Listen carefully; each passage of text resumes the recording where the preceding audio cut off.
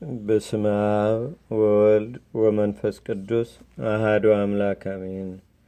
እንደ አምላክ በሚሆን በአብ በወልድ በመንፈስ ቅዱስ ስም አምነን በእግዚአብሔር አጋዥነት የቁስጥንጥንያ ንጉሥ የቴዎዶሲዎስ ልጅ የእግዚአብሔር አገልጋይ የሚሆን የገብረ ክርስቶስን ዜና ገድሉን ማንበብ እንጀምራለን። ልመናው ይደረግልን። የአምላኩ ክብርም በአገራችን በኢትዮጵያ በሕዝበ ክርስቲያኑ ሁሉ ላይ ለዘላለሙ አድሮ ይኑር አሜን።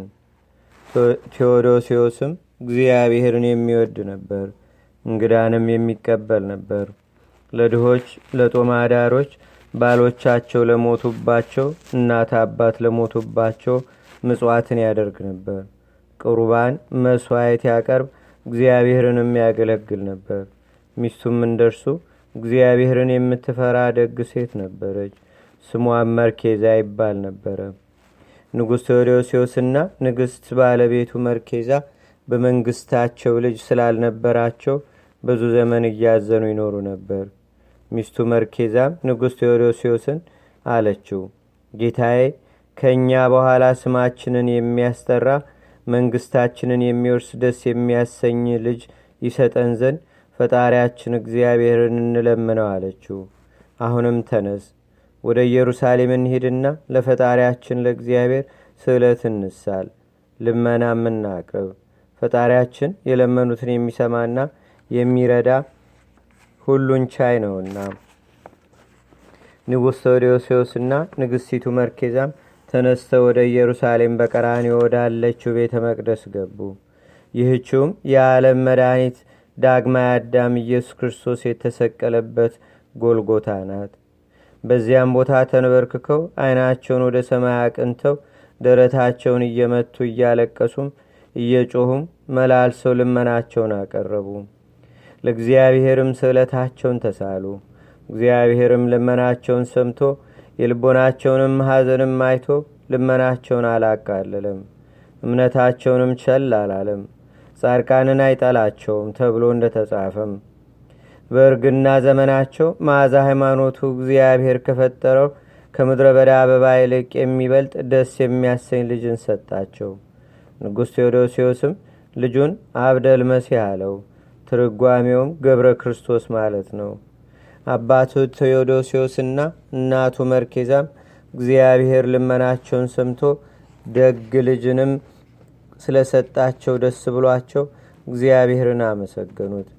ልጁም አድጎ ለትምህርት በደረሰ ጊዜ አባትና እናቱ ወደ ትምህርት ቤት ይወስዱት ዘንድ ተማከሩ። ወደ መምህር ወሰዱት። ከትርጓሜው ጋር የነቢያትን መጽሐፍ፣ ዳግመኛ የወንጌልን ቃል፣ የሐዋርያትን መጽሐፍና ስለ ክርስቶስ የተነገረውን ሁሉ ተማረ። ዳግመኛም ጥበብ መንፈሳዊን፣ ጥበብ ስጋዊን፣ ሕግና ስርዓትንም ተማረ።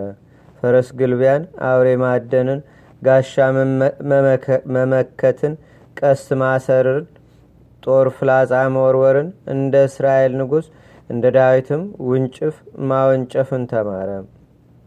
ሰውን ከፈጣሪው ከምታርቀው ከኃጢአት ብቻ በቀርም ሰው ከሚሠራ ሁሉ ያልተማረው የለም። አባትና እናቱ ትምህርትን ሁሉ እንደ ጨረሰ ባወቁ ጊዜ ፈጽሞ ደስ አላቸው፣ እግዚአብሔርንም አመሰገኑት። አባትና እናቱ በሕይወታቸው ሳለን ሚሳይተን ለልጃችን እናጋባው፣ አዱኛውንም አይተን ደስ ይበለን ብለው ተማከሩ። ከተወለደ 15 ዓመት በሆነውም ጊዜ የሮሙን ንጉሥ ልጅ አጩለት። እንደ መንግሥታቸውም ታላቅነት እንደ ሀብታቸውም ስፋት ለሰርግ የሚገባውን ሁሉ አዘጋጁ። እንደ ክርስቲያን ሕግ ሙሽራይቱን አመጡለት። ሙሽራውንና ሙሽራይቱንም በእመቤታችን በቅድስት ድንግል ማርያም ስም ወደ ተሰራች ቤተ ክርስቲያን አገቧቸው። የቁስጥንጥንያ ሊቀ ጳጳሳት አባ ቴዎፍሎስም ቀሳውስትንና ዲያቆናትን አስከትሎ መጣ። ወደ ቤተ ክርስቲያንም ገብተው በሙሽራውና በሙሽራይቱ ላይ የጋብቻ ሕግ እንደሚያዘው ፈጸሙ። አባ ቴዎፍሎስም እጁን በራሳቸው ላይ ጭኖ የጋብቻውን ጸሎት ጸለየላቸው። ቤተ እስራኤልን ካጸኑት ከሊያና ከራሄል የያዕቆብንም ዘር እንዳበዛ እግዚአብሔር ዘራችሁን ያብዛው ብሎ ባረካቸው።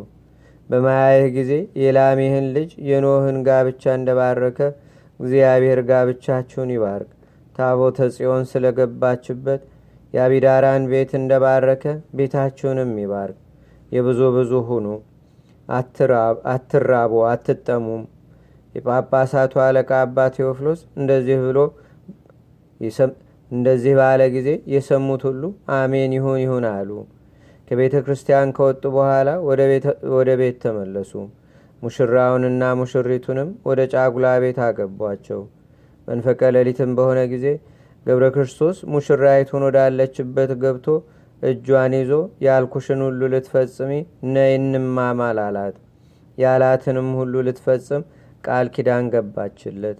ተነስተውም ግንባራቸውን ምድር አስነክተው ዓይናቸውን ወደ ሰማይ አቅንተው እጃቸውን ዘርግተው ጸሎተ ሃይማኖትን እስከ መጨረሻው በአንድነት ጸለዩ። ከዚህም በኋላ ገብረ ክርስቶስ የሙሽርነት ልብሱን አብልቆ ጥሎ ተርታ ልብስ ለበሰ። የሚችለውንም ያህል ብዙ ወርቅና ብር ከሳጥኑ ያዘ። ሙሽራይቱ ወዳለችበትም ሄደና ራሷን ሳማት። ሙሽራ ሆይ እግዚአብሔር ካንቺ ጋር ይሆን፣ ከጠላት ዲያብሎስም ተንኮልም ያድንሽ አላት። ሙሽራይቱም እያለቀሰች ጌታዬ ወዴት ትሄዳለህ? ለማንስ ትተወኛለህ? አለችው። ገብረ ክርስቶስም ለእግዚአብሔር አደራ ሰጥቼሻለሁ አላት። እኔ ግን ክርስቶስን ልከተለው ሄዳለሁ።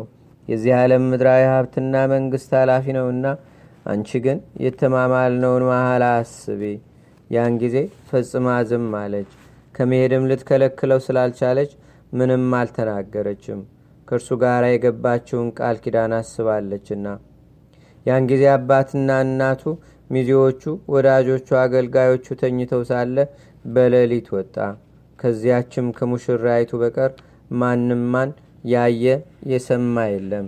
የአባታችን የገብረ ክርስቶስ ረድኤትና በረከት አማላጅነቱም በአገራችን በኢትዮጵያ በሕዝበ ክርስቲያኑ ሁሉ ላይ ለዘላለሙ አድሮ ይኑር፣ አሜን። አቡነ ዘበሰማያት